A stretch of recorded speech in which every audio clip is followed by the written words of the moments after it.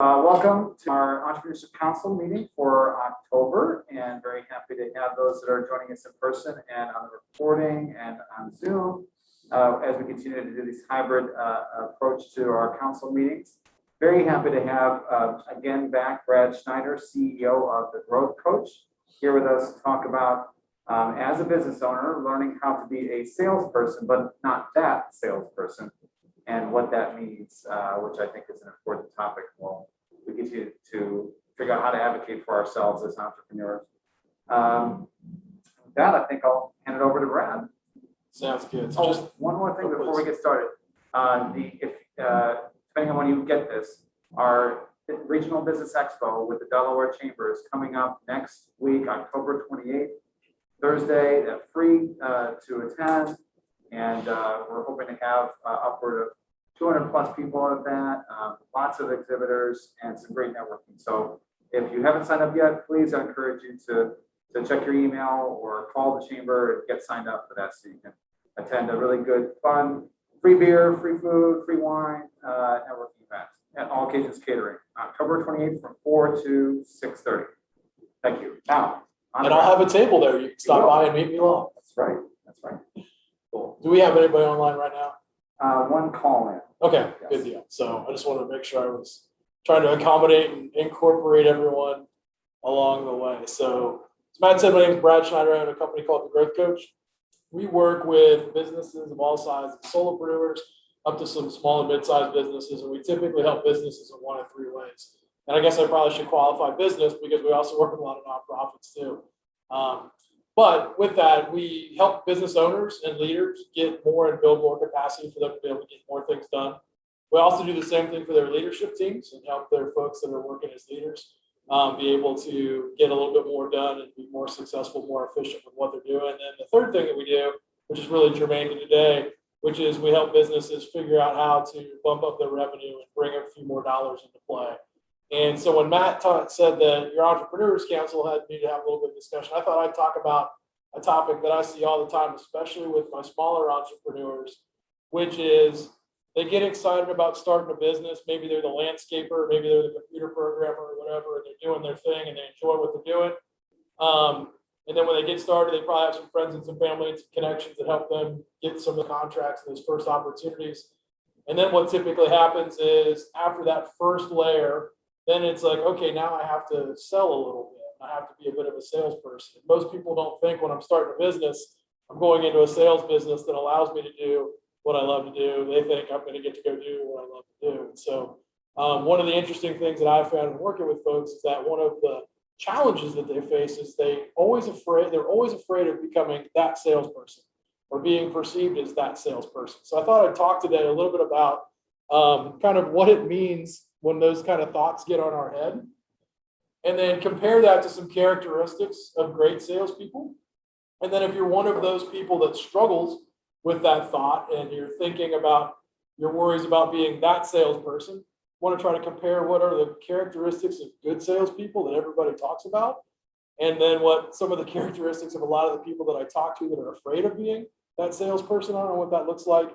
And then with that, then how do we use some of those thoughts and be a little bit more assertive about controlling those thoughts so that we can be consistent with our sales process. And the more consistent we are with our sales process, the better we're going to be revenue and growth development wise. So that's what I just wanted to cover with you all today. So I'm going to be really interactive and put you all to work a little bit. So I kind of joked earlier about me spitting my lettuce, but some of you are all going to have to kind of do the same too. And so what I wanted to do to get you thinking a little bit before we start our discussion is kind of think about two questions.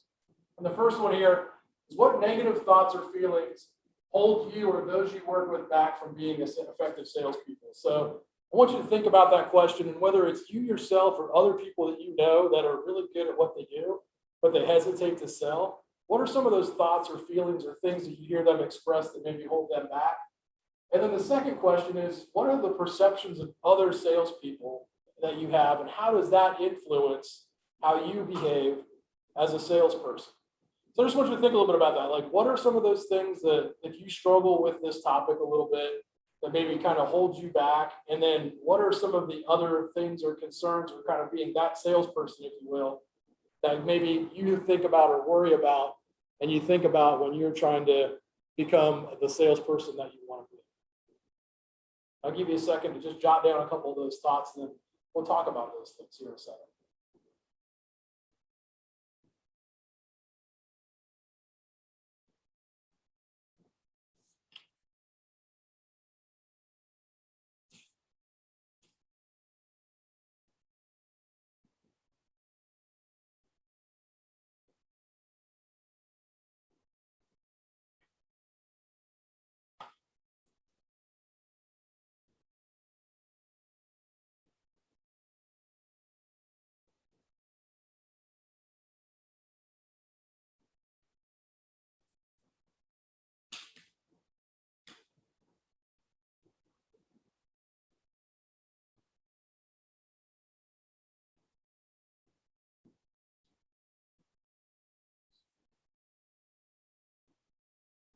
So let's look at that first question there. What are some of those negative thoughts or feelings that maybe hold people back from being effective at sales?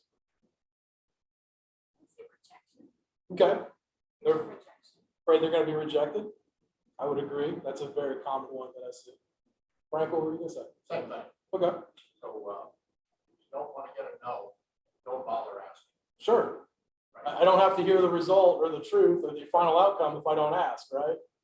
So I can do a lot of things activity-wise and still feel good, but I don't have to face that final ultimate answer, yes or no, right? Okay. Are there some other things that came to mind?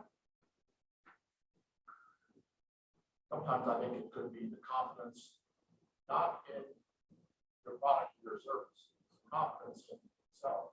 Mm-hmm. Yeah, absolutely.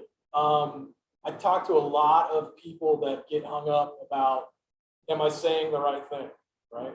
Am I going to make a mistake with this email if I send it, or am I going to, reply in the wrong way? The running joke I kind of have with the folks that I work with is, short of like dropping an F-bomb or cussing at somebody, you're probably never going to say the wrong thing, right? Because we build good relationships and connect with folks. Yeah. So those two things you just mentioned that I don't mention, we're not allowed to do those. I've already learned something. See? Thank you. Right there, right off the bat, right? But I think honestly, that's what I find a lot of times. If I think about the salespeople that talk to me, right? Unless they just do something grossly inappropriate, you know what I mean? Like I don't really walk away from a sales discussion feeling like, oh, that blew it for me, that ruined it for me. Now, you may or may not have what I need, or you may not be able to supply what I'm for. And that's not really blowing it in a sales discussion, because now as a salesperson, I can move on, right? Because then I've realized that maybe we're not a good fit for one another, vice versa. Okay. And so when you think about kind of the perceptions of salespeople, when I'm saying this, I'm talking about what it means to be that salesperson, so to speak. And when I say that salesperson, usually either an individual or a stereotype kind of pops into your head.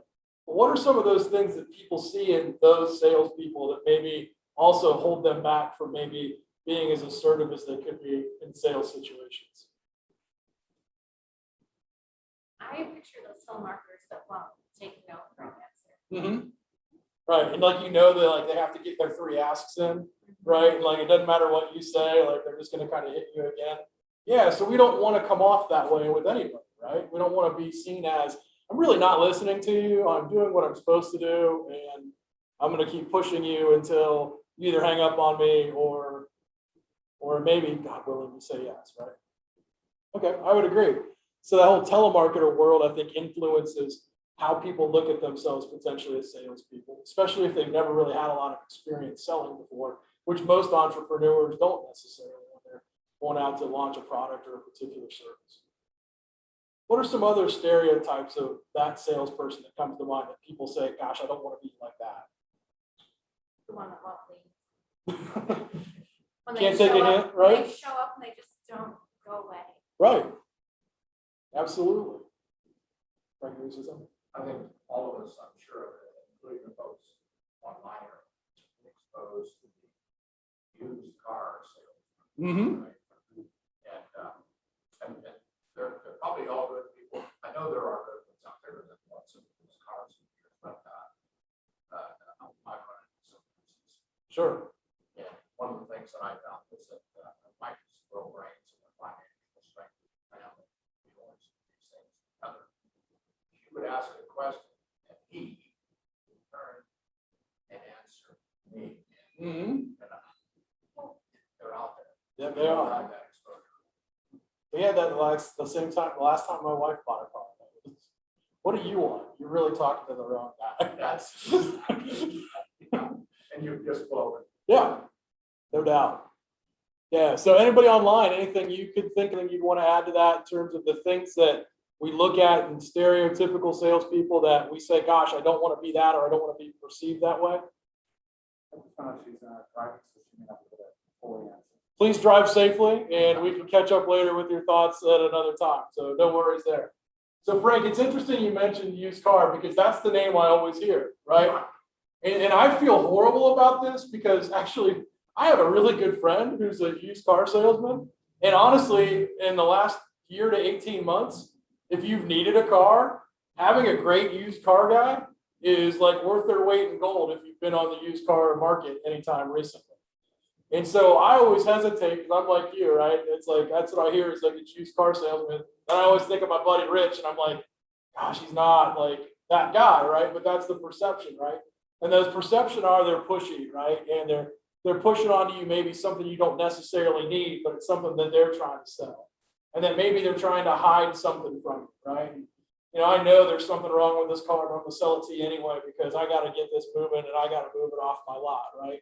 And so there's those types of behaviors and characteristics that, for whatever reason, whether it's the used car experience or the wonderful telemarketer that's interrupted us in the middle of dinner or everything else we've got family-wise going on, a lot of times if we're uncomfortable with selling, those are the pictures that come into our head, right? And it becomes a very like zero-sum sort of equation. It's like, I could either be a great salesperson or I'm the used car salesperson, right? And the reality of it is 99% of us are in the middle somewhere, right? And that, yeah, maybe we have some times where we don't do things very effectively, but we're not that used car salesman. And as much as we'd love to be the perfect salesperson, that's really a hard reach for a lot of us too. So how do we figure out kind of where we go and how do we figure out how to not be this person? But I think part of that is realizing that most of us aren't that person. They're not that salesperson. And in fact, a lot of the times the entrepreneurs that I work with are actually personality and behavior style wise far away from that ideal used car salesperson that we talk about as kind of the negative example. And so I wanted to explore that with you a little bit. So when we talk about the people that aren't those salespeople, the salespeople that we like, the salespeople we've had good experiences with, what are some characteristics of salespeople that you've had pleasant experiences with, and what did you like about them that made it a good sales experience? Okay. Cool. And are there specific ways they communicated with you effectively? Well, as far as like follow up if you ask questions or there are things that you need more information on, anytime someone goes out of the way to find information and bring that to your attention so that you can make a better decision. Not that they're pushing anything on you, but just so that they can put that out there and let you take the information and do what you do. Yeah, absolutely. So I think the interesting one in there is follow up, right? You know, like I always talk to people when we're talking about sales that, you know, you could look in my inbox right now and you'll probably find emails from about a dozen different salespeople that are people that, for whatever it is they've communicated with me that I kind of like what they've got, or maybe it's interesting to me, but maybe not right now, that I'm trying to just keep tabs or keep a hold of, right? And so those people I really prefer because they stick with me because I am busy and I am distracted and I got 1,000 things going on. And there's times that we want somebody to follow up with us, to stay, keep those things top of mind. So I think you're dead on with that, the communication aspect things. The follow-up is huge, and then just listening, right? And hearing what my challenge or issue is, and trying to match up some things related to that. Excellent. What else comes to mind? Yeah. You just mentioned it. I believe the best salespeople are the best listeners. Let's tell us on that. Yeah. And And what makes them effective because they listen? What does that help them do? you ask the right questions, that prospect will eventually tell you what she not going to find that out by you dominating the conversation. And I think early on in the sales Mhm. Right, yeah. We got it, we all did. Well, someone's still working on it, so. Well, there. Sure. Yeah, and it's a natural reaction at times, right? Sometimes we're just nervous, right? And so we just kind of, like you said, kind of puke out like everything that we want to talk about. A lot of times, especially when it's our business, we're super excited. Yeah, I mean, God, I got so many awesome things I want to tell you about it, right? Like you get excited, you get somebody committing that time to be able to sit down with you. You want to tell more, you want to talk about things. So yeah, it can be hard to say, okay, how do I temper kind of that emotion and that excitement and listen a little bit more? And then I can get all excited with it when I can kind of figure out how it all matches up with challenges or issues might be. That, I think for me, that's part of it, it's the passion and that you have for what you're selling. If that comes through, it makes me excited about it too. So it's splitting the difference between coming off too strong, but still showing that you have a deep passion and belief in what you're able to provide. Yeah, absolutely. And I believe that I can demonstrate passion and excitement and still ask great questions. You know what I mean?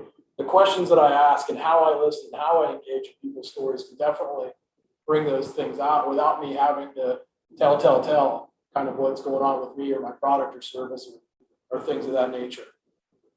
And so, kind of along those lines, the things that I see those good salespeople do are everything that you all mentioned. Plus, they're typically, they got a pretty good level of integrity about them, right? You know what I mean? Like they're okay with telling you, hey, this isn't a fit for me. Like you might have a better example where you could go somewhere else. I did a version of this not too long ago for another organization. And I was just asking examples of good salespeople. This person told me about going into Home Depot. They were looking to buy a specific light fixture. And it's kind of an LED kind of fancy thing, well beyond my taste in decoration and whatnot, right? But they were in there at Home Depot, and the gentleman at Home Depot said to him, look, this is a pretty decent light fixture. He's like, to be honest with you, I went over to Amazon and I found something similar that was about $50 cheaper. And I would encourage you to go take a look there. And the person that was telling that story was like so amazed by that. She's like, I was literally walking around Home Depot looking for stuff to buy, right? Because that salesperson was really about her needs. And it wasn't, if Home Depot could have filled it, that was okay. But he demonstrated a different level of connection to her as an individual beyond just is my company making money. But I find the same thing happens all the time when I'm talking to others or even salespeople are talking to me. And if they tell me I'm not the right best option, but here's another option, I mean, what better way to show that I'm really about my customer? I don't just say it, but I'm about it, I'm doing it. And that kind of actually even builds loyalty, even if the sale doesn't directly come to us today. And in that example, there's going to be a lot more sales at Home Depot because of what that gentleman said. And so maybe they lost out on that $175 lecture, but they may be making $1,175 off of that lady, for a few months and years to come. We've always heard of this. It's right, but I think it's true. People that know who like that particular individual build immediate trust with lady or gentleman who's talking to you. Yeah, no, absolutely. Yeah, so what's interesting to me as I've done this throughout the years is I get all of these pictures of the used car salesperson, and I don't want to be that as an entrepreneur, right? And then if you ask people, hey, what are the characteristics of a good salesperson? They'll give you similar answers to what we just talked about. But the thing that I find really fascinating is a lot of times the people that are afraid of becoming that salesperson tend to be a little bit more introverted. And if you look at kind of personality data and a couple of different resources related to that, somewhere in the neighborhood of 70 to 75% of people in the United States are fairly introverted folks. You know what I mean? They're folks that have small group loyal friends. They're not I'm going to stand out in front of the stage and be a big presence, right? They just want to be kind of accepted and considered kind of part of the community or part of the group and things of that nature. And so what happens a lot of times is those introverted folks end up in sales positions and then they see the flashy used car sales guy and say, gosh, I don't want to be that. And then it's like, okay, well, what do I be? But what's interesting for me when I think about some of the introverted folks that I know that oftentimes say they fear about being a salesperson, if you just think about some of the best folks that you know that maybe tend to be a little more introverted, what are some of the positive personality characteristics that you know of those folks that tend to be a little bit more introverted?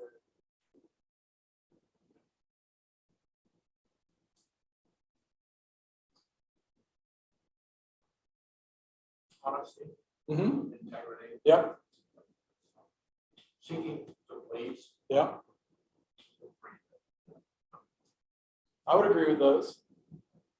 Those folks that I know of, if I sit down with them, they tend to be the ones that typically ask me more questions about what's going on with me, whether it's because they don't want to talk or they're genuinely interested, right, in what I have going on, right?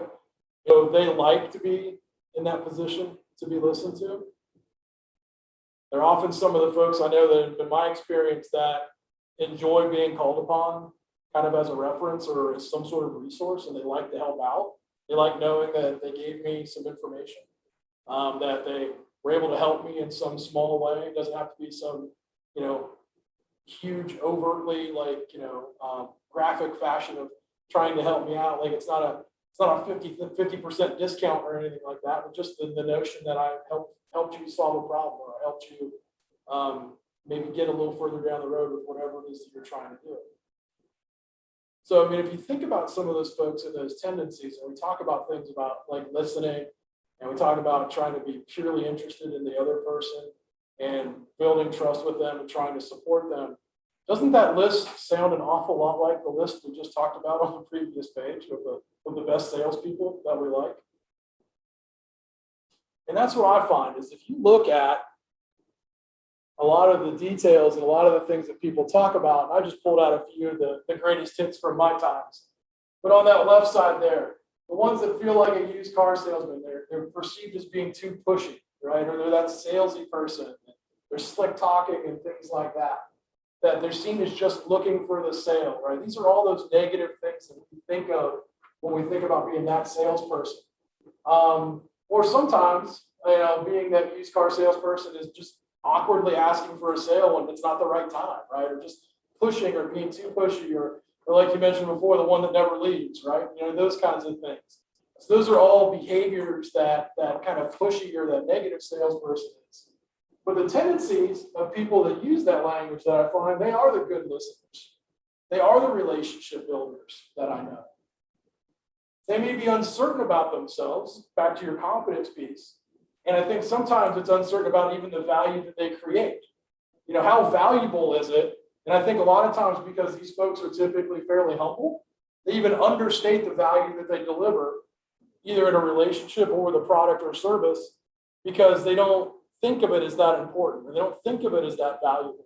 And so that humility tends to maybe make them a little less or more concerned about being that used car salesperson, because they don't want to feel like they're overselling, or that they're asking for too much, or they're being too costly with what they're doing from a price perspective.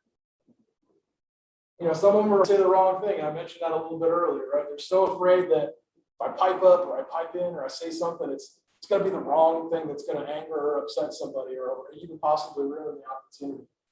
And I think the other thing too, when I hear people talk about that used car salesman, is they're amazing with their creativity and the self-talk, the negatives about things that are happening, and the self-talk that they give themselves about a potential sales situation.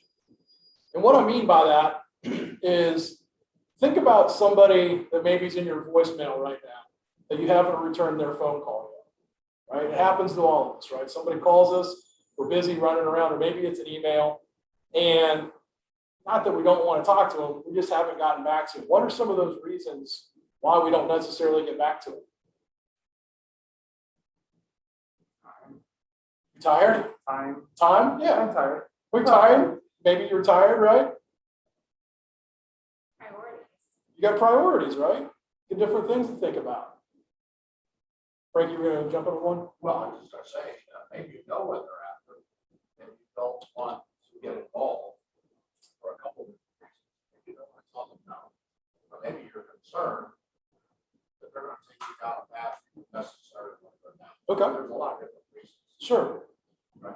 But even just in this short, very scientific sample amongst ourselves about why you haven't returned a phone call, right? I would say 80% of what we just talked about are potentially positive related to me as that person that left you that message, right? You being busy or not having time isn't reflective of your thoughts or feelings about me or the product, right? Or Frank, even your example of, okay, maybe I don't want to say no or whatever, right? So, okay, so maybe there's like a 1 in 5 chance, maybe that like that person that hasn't responded yet doesn't want to talk to me because they don't want the conversation to go any further, or they're afraid of hearing no. But if you're like me, most of the time, I'm just too darn busy. I got too much going on. I got different priorities. And that's one of the things that struggles about being a salesperson, right? We love everybody to want to buy and have that their priority right now. And unfortunately, we don't necessarily get that. But when I work with entrepreneurs and folks that are getting into sales, the stories they start telling themselves because nobody returned my call or I haven't received a response or whatever, they always go to the negative. When if I flip the script and we talk about why we don't get back to people, it's also not necessarily a positive, but it's not necessarily a negative on the salesperson or the individual that we're trying to get back with. But so many times we get with our folks that are a little bit more introverted, a little bit unsure of themselves, and that lack of response becomes a cue to them that somebody's not interested. And many times that's just not the case. And so what happens is we end up stalling ourselves out a little bit from a sales standpoint. And what we don't realize is that the things that we do have to offer, traits that you'll typically see about great salespeople, some of which I've ripped off of here from some different surveys along the way, that most of those people that are hesitant, that are humble, that are asking those questions, that are having doubt about their value, many times there are many of these things that are on the list. They're good listeners. They're empathetic, right? Frank, you talked about the whole know, like, trust thing, right? It's been around for 1,000 years, but it's been around for 1,000 years because it's 100% true, right? You know what I mean? And so if I have the ability to listen, if I'm empathetic, if I have the ability to network and connect people, if I'm honest, right? If I've got some curiosity, I'm interested in what's going on with you, I'm interested in what your problems and your challenges are. If I'm thorough and I'm following through, right? These are all behaviors that typically, as an entrepreneur, and if I happen to be an introverted entrepreneur, that I'm probably a little bit right in my wheelhouse in one form or another. And so for me, it's always really interesting if you can start to break down and get people to think that way, that they have a fear of being the used car salesman. They stop acting and they stop taking action because they're afraid that they are the used car salesman. But their personality traits and behaviors are almost invariably the exact opposite of those of the used car salesman. And so then the person, or the only person that stops or slows that sales process down, is them. Because they start putting these thoughts in their heads and these concerns in their heads, and they're mapping them to these negative sales behaviors, these negative sales perceptions, when individually, how they're wired and how they operate couldn't be further from the truth. Or it'd be such a huge leap for them to be that way, to be that pushy person, to show up at your place and never leave, right? That's like not even in their character, but we get those things in our head because we're ultimately afraid of being perceived as that person in the plaid scope in the used car lot trying to sell you a lemon. So how do we get past that? And how do we move through that? And what I've experienced is that we've got to be just conscious that those things exist. When I did this a few weeks ago, it was a bigger group, about 25 folks. It was interesting because I had some early entrepreneurs in their first year or two of business, and then there were some like serious experienced salespeople in there. And it was fascinating as they were having these conversations back and forth when the newer salespeople heard the experienced people say things like, you know what, I still struggle with rejection.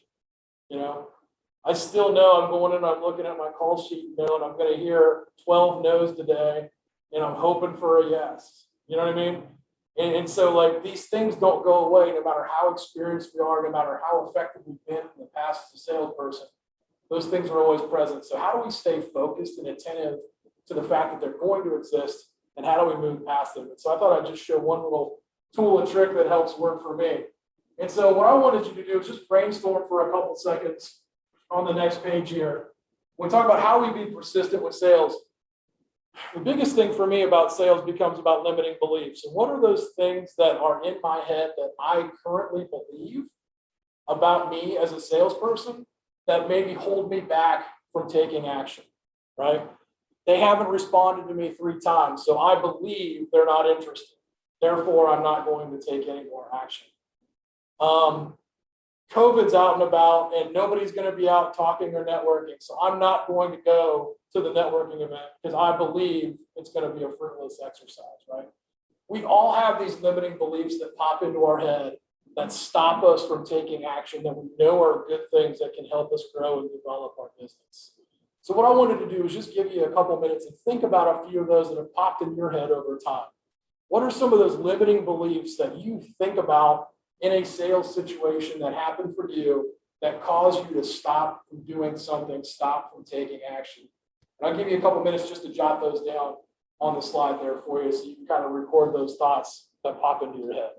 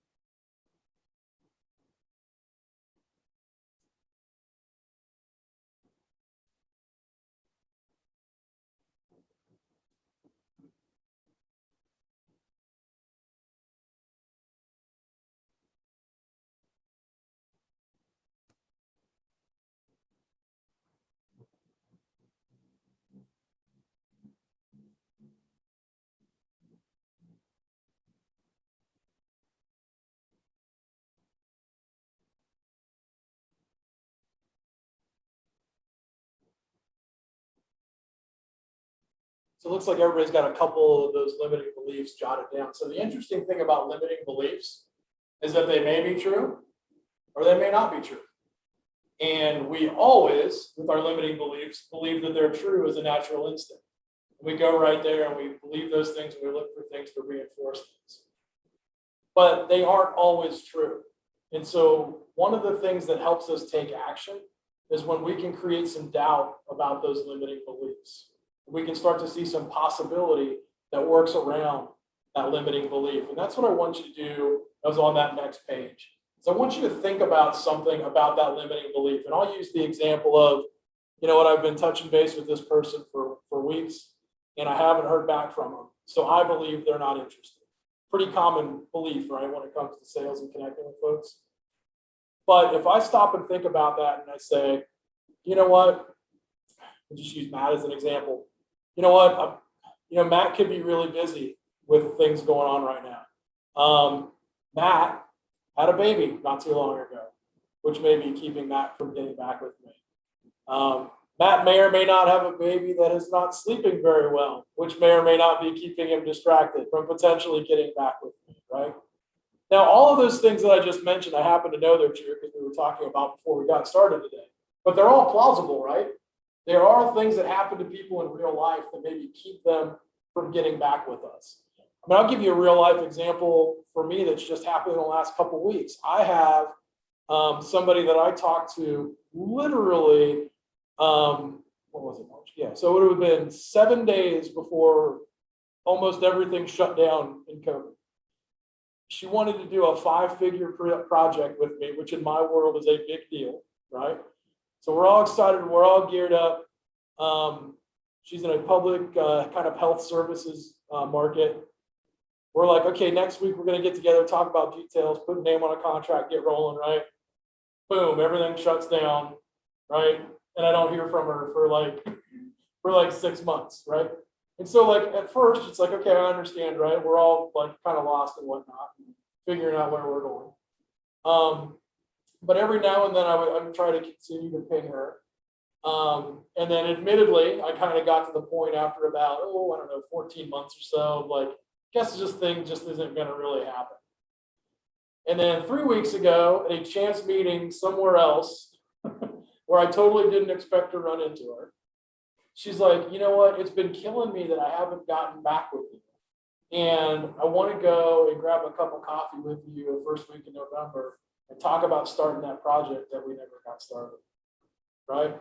And so she said to me, even though I felt like I hadn't followed up very well, although I did a little bit, I'm really glad that you kept sending me those messages because I know I need to do this, but I've just been tied up with, the world of COVID and there's challenges, right?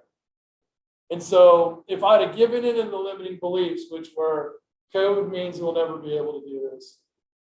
Their business has changed from the time that we talked about this. They'll never be able to do this.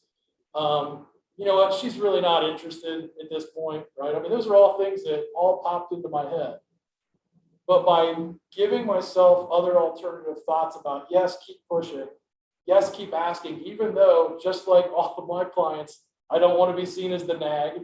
I don't want to be seen as the harasser. I don't want to be seen as the one that's knocking on your door all the time or interrupting your phone, your calls or your texts in the middle of your day, right? All of those things I've thought through, but because in particular instance, I was able to just think about different ways to keep in touch and that believing that there was still a possibility, it kept me top of mind enough that when the chance did happen, now we're kind of picking back up again. And so that's what I want you to do with your limiting belief. I want you to think about the ones you just wrote down. And for each one you wrote, I want you to just think about an alternative story or alternative piece of data that would maybe refute or even debunk completely whatever that limiting belief is for you. That would make it possible for you to want to continue on or try to seize that opportunity.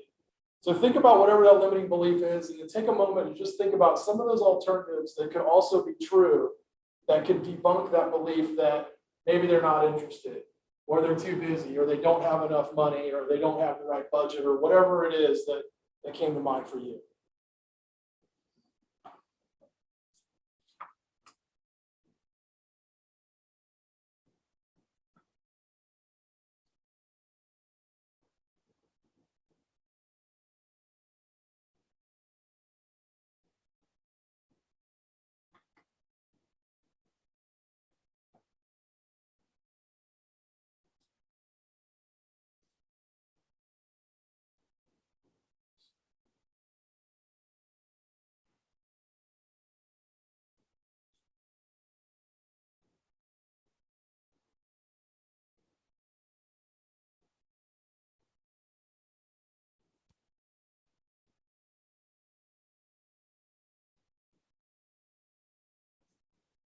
So I know we've gotten to know each other fairly well over the last 40 minutes or so, but I don't know if we're at the point where we're all ready to announce the limiting beliefs that are holding us back. So I'm not going to ask you that necessarily, but what I am curious is when you wrote down kind of that alternate thought that challenges or tests that limiting belief, did you find that you found a maybe renewed sense of possibility or opportunity that might make you want to engage? And if so, what did that look like or feel like to you when you wrote that down and kind of reviewed?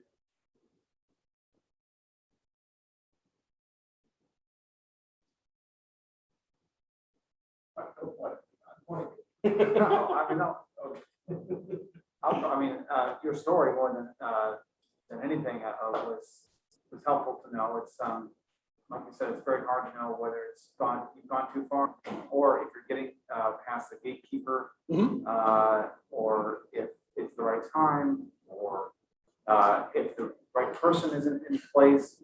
The company might be not ready because of the people that are there making decisions, but so just the timing thing. But knowing that 14 months,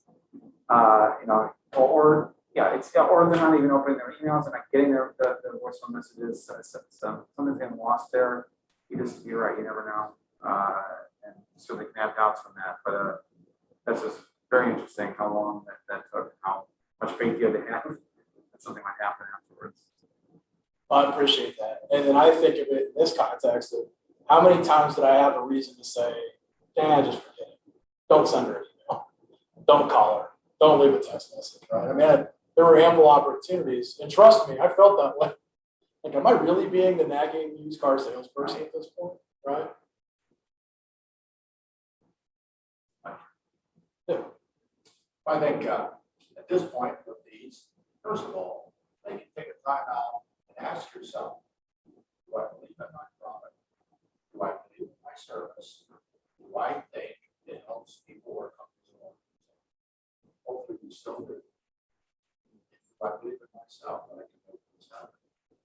That's some successes in the past. That's things they have. Yeah, go back. Yeah. You asked about what were some of those limiting beliefs. Back in the day when I first came into sales, it was in the freight business. And there were some 50 competitors out there. And so being brand new, I oftentimes thought, I know who the competitor was. And I had this belief, well, they really are a good, big company, and I know they really do it. So it was the perceived strength of my competitor. It was a limiting factor. Sure. The other one was, it was the mindset of, or the satisfaction that I perceived that she or he, as a transportation manager, traffic manager, or that usually a manufacturer, they're probably perfectly well satisfied, and I couldn't find any reason to dig in and maybe find a niche for me. And sometimes if I pursued it, I got better at it. I found that there were some things that weren't being done by that big quote competitor that we could fulfill. You had to go back in there and find it and ask those questions. Yeah. And I think that's a great one when we think about competition, right? That stuff happens all the time, no matter what we're in, right? We see somebody else that's doing something and we think, oh, there's their commercial again. You know what? I don't stand a chance, right? Or, there they are, want to match plastograms out to the chamber, right? Oh, no, you know what I mean? But then you start to realize, well, hey, I do have some things I can't offer. I can fill niches in ways that other folks can't, just like they can fill some things that maybe I can't. But I don't know if that's an issue unless I engage, right? And early on, when you're talking to that prospect, they may be a little weary about giving up the truth. Well, they really aren't getting this piece of it done. They can't fulfill this. So, ask. You have to talk to all the clients. And the way we get them to talk is all those behaviors we talked about before that most of us are actually good at, right? Like, we are listeners, we are interested, we are empathetic, right? And that's how you get somebody to open up and say, what we really struggle with are rush orders in these situations. Are you somebody that can handle something for us in less than 7-day time? Matter of fact. Right? Excellent. So I think the big battle with this is that those limiting beliefs are always going to exist, no matter how long you've been doing what you're doing or whether you're just starting to do it. A lot of times those limiting beliefs take us to very zero-sum sort of places. I'm the used car salesman. I'm not the used car salesman. I'm the greatest salesperson ever. Well, I know I'm not the greatest salesperson ever, therefore I must be the used car salesman. The truth is it's not accurate. That we are definitely in a place in the middle. And the best salespeople that I know of not only have those characteristics, but they're persistent and they're continuing to build relations and connect with folks. And when we feel like there's a reason for us not to connect, we are the ones that get in our own way the most when it comes to trying to get our product or our service or our capabilities out there to folks. And focus on those things that we've talked about, those positive behaviors. You will never in your lifetime be perceived as the used car salesperson if you focus on those particular behaviors. So before I wrap up on that topic, any quick questions, comments, or thoughts on limiting beliefs or how to address it? Back to a couple slides ago in terms of yes, Okay. I was curious about like the patience. Yes. And the initiative bullet points in terms of how that translates in reality, in terms of patience. Do you have a kind of a idea of how long to wait between points of contact, or what points of contact you start with? Sure. Anything like that could translate to others? So not like a universal, like here's the formula, you know what I mean? Like when I make initial reach outs to people, I do have kind of a thought in my head where, you know, if I met somebody at a networking event, I'm going to probably email or call them the next day, and I'm going to try to maybe get a cup of coffee with them. And if I don't hear anything, and you know, I'm usually around 5 to 7 days. I mean, I'll ping them again, and after I try it for 2 or 3 times, I'll probably back off a little bit, and then I usually have kind of a collection of contacts that I kind of prioritize for me, and then I'll kind of recycle that list, you know, kind of every 3, 6, 9 months. So, you know, that's just a system that works for me. But when it comes to folks that I've actually engaged with and I'm in the sales process, I'm a huge fan of just asking them how they want to be followed up with, right? So typically, you know, I'll say things like, hey, typically I would give you a call Thursday just to see what you're thinking and if it was worth having another meeting. Are you okay with that? And, you know, is that all right if I give you a call on Thursday, right? So that does 2 things in my estimation. One, it's now set the stage for me to do what I said I was going to do, right? And so if there's part of me that's nervous about making that call or whatever, there's the other kind of angel on my shoulder going, well, you told them you were going to call Thursday, so buck it up and make that phone call. But the second thing is that if I do feel like I'm being a nag or kind of feeling like I'm harassing, as some folks tend to do, that person's just giving me the permission now, right? And so if they've told me that's how they want to be followed up with, then I'm going to follow up with how they've told me. And now I can rationalize that in my head. Yeah, they said it was okay. Like they said yes, right? So like I shouldn't hesitate to make that call because I've queued it up as, are you okay with that, right? And then where it gets a little tricky, right, is when they don't answer that phone on Thursday necessarily. And so usually what I'll say is, and if I call you and I don't hear from you on Thursday, I'll probably just give you a call every couple of days just until I can kind of catch you at the right time. Or, you know what, just send me a text and tell me when a good time is to talk with you. So I just try to talk about all those things like up front before I'm ending that meeting or that conversation. And then for me, it's like, okay, they gave me permission. You know what I mean? So it helps me be more at ease from that kind of follow-up standpoint. That might be one of the best tips that I've heard in a while. It's really good, smart. That's not something I've heard a lot of folks do. When I'm hearing pitches, I guess, is what's the best way for me to continue this conversation later. I think that was really a good tip. And then I'm really suggestive right after that, right? So I'll say, what's the best way to do it? I typically, right? So before I can have them say, call me in a month. Right.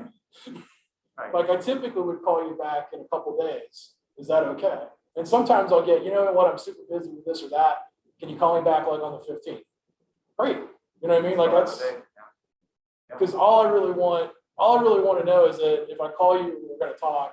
And I would really love to know, are we going to talk or are you going to string me along forever? And if you're going to string me along forever, the other thing that I like to do really up front is just say, you know what, my service isn't for everybody. And if there's ever a moment in time where like you just decide this isn't for you, it is completely okay for you to just tell me, you know what, I don't think this is for me. Because I'm going to keep going until you tell me it isn't. And if you can tell me, hey, I'm not seeing a fit here, I'm super respectful of that, I'm super respectful of your time, but also quietly, it's a benefit for me because now I'm not trying to continue to follow up on something that ultimately is a dead end. So I try to lay that process out kind of verbally with people early on when I'm starting to engage with them. Gives me that permission and also gives me the opportunity to establish with them that it's okay to say no. So right when you ask, that's a trial close. Good. And when they say, yes, call me such and such, they've given you permission. Yep. And when you say, I'm not for everyone, I'm not for you just now. If they do think they may want to go forward, they'll tell you right, no, it's just that I'm too busy. So now Right. you've gotten yes. Yeah, right. Go forward, and now you know. Now my problem's timing, right? And now we have to address time, at least in that example. Right. Yep. So we're always trying to get yeses, the more we can get. And that, that's not the sales point, it isn't necessarily right or wrong, but we get them in the frame of mind to agree to things that we are proposing. And then the big yes, that we need, it's easier Mhm. to get. I agree with that. And then I think the other thing that it does is most of the people that I'm selling to are super busy and have 1,000 things going on. And they appreciate me telling them, here's the process, and I'm going to guide you through the process. And at least, I don't know if that's unique to what I'm doing. It sounds like you kind of agree to with where you're at. But like people are busy, and if they are interested, they want to make sure somebody's guiding them towards an outcome. And if I can lay out, this is how this is going to go, and here's the spots where you can say, hey, this isn't for me, or hey, you know what, I need to delay, I want to do this, but let's talk again in 16 months or whatever, like in my particular situation, right? Like I'm good with those things, because like you said, I just want to know, are you interested? And if it's not the right time, when's the right time? Because then I can get you at the right time. The worst thing I think for us as salespeople is when we can't get people to say yes or no. And I'm not talking about for the final deal, just for that next meeting or whatever, because now I'm spending time I could be spending elsewhere as a salesperson. And now I'm creating a mountain of doubt too, because I'm not hearing anything and I'm not getting any feedback. So now I'm wondering, what am I doing wrong versus all these other living blues we're talking about? Well, saying that I learned from a previous sales, China came. So we can wish and hope all we want. Early. So it makes sense. That's our time. This is important. Is that possible? Absolutely. So, it's good stuff. Now, was that also an example of initiative then too, or did you have a? Yeah, so for the initiative side of things, like for me, that's always about adding value, right? So for instance, I was in a conversation before I came here today, and it was all about, I don't know, something about workforce shortage. I don't think that exists, but for some reason we're talking about it, right? Right. And so actually just while we were sitting here and moving the slides over, right, I had an email come up in a newsletter in my inbox, which had a whole bunch of stats from Society of Human Resource Management on labor trends that are going on right now related to retirements, kind of the age of the workforce and where it was at, challenging the baby boom, just some really good, relevant, germane data to our discussion this morning.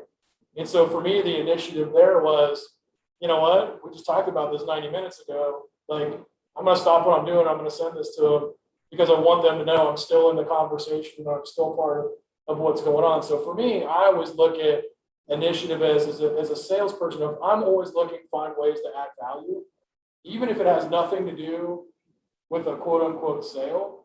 Like those are the kinds of people we want to do business with, right? That are out thinking about us and are being proactive and demonstrating things for how we can do things.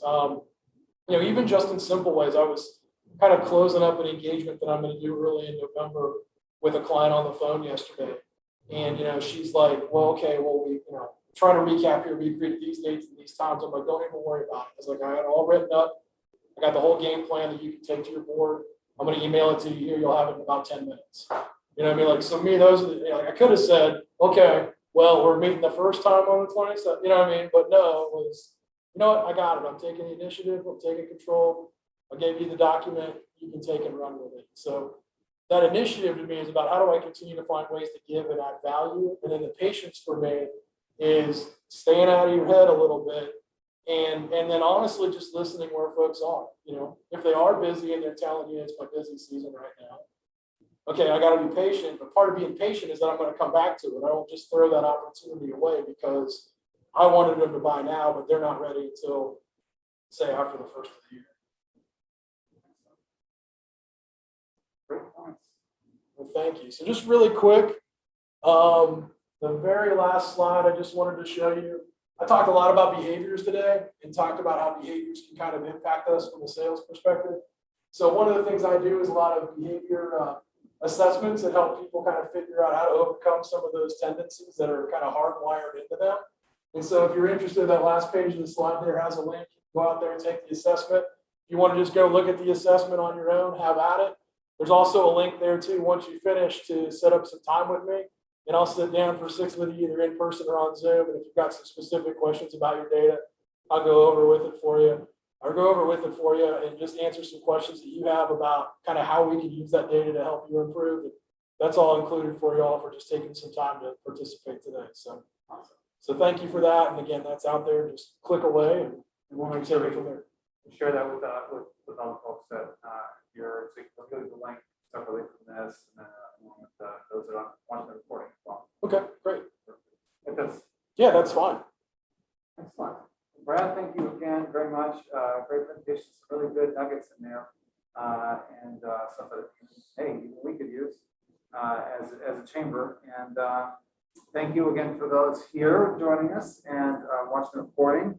And we'll be back again next month. Thank you again. Anything else? Well, Thank awesome. you. I appreciate Thank your you. energy. All right.